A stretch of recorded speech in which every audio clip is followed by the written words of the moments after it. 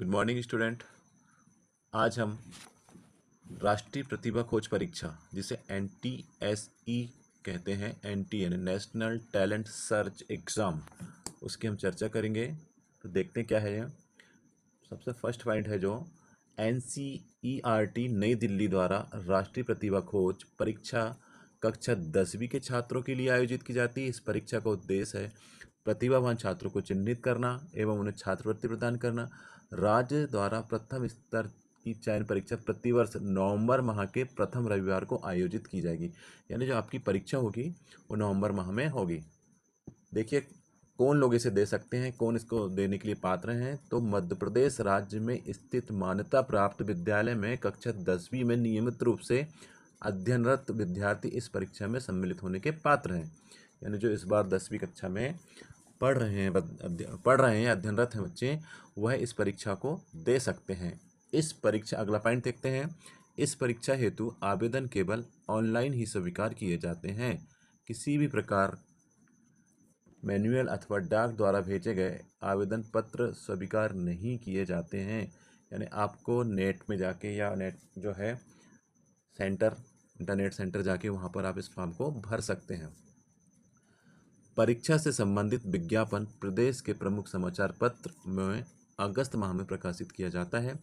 परीक्षा से संबंधित जानकारी जो है आप www.education portal या educationportal.mp.government.in से प्राप्त की जा सकती है। जो भी आपको जानकारी चाहिए आप यहाँ से ले सकते हैं। अगला देखते हैं। NCERT नई दिल्ली द्वारा द्वितीय स्तर की राष्ट्रीय प्रतिभा खोज परीक्षा के आधार पर पूरे देश से 1000 छात्रवृत्ति प्रदान की जाती है। छात्रवृत्ति की राशि निम्नानुसार होगी। कक्षा 11वीं और 12वीं के लिए 1250 रुपये जो है आपको प्रति माह मिलेंगे।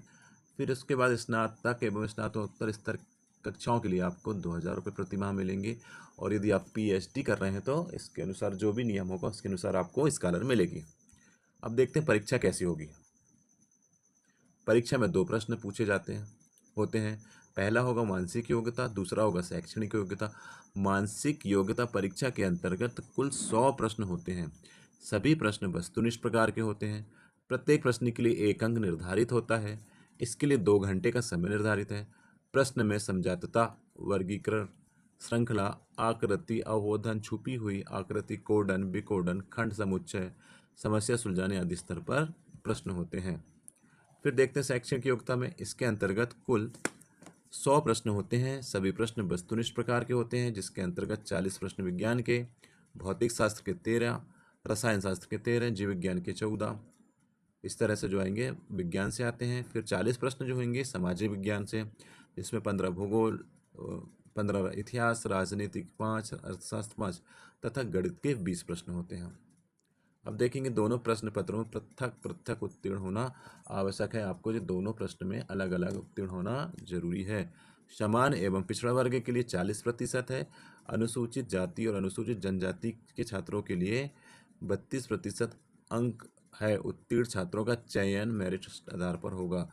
तो बच्चों आपको बता दें यहाँ पर कि आपको सिर्फ पास ही नहीं होना, पास होने से यहाँ कुछ नहीं होगा, आपको अधिक से अधिक नंबर लाना होगा, तभी आपको मेरिट लिस्ट में नाम आएगा। अब यहाँ देखते हैं परीक्षा का जो माध्यम है आप खुद अपने अनुसार चुन सकते हैं। तो आप हिंदी से दे सकते हैं या अंग्रेजी से दे सकते हैं। तो चलिए आप इस परीक्षा की तैयारी करिए। आई होप कि आपका इसमें हो जाए। हमारी तरफ से आपको बहुत बहुत शुभकामनाएं। बेस्ट ऑफ लक, अग्रिम। ठीक है, हमारा यदि वीडियो अच्छा लगा हो तो आप इसे लाइक करें और हमारे चैनल अरस्तु एजुकेशन को सब्सक्राइब कर लें। Thank you.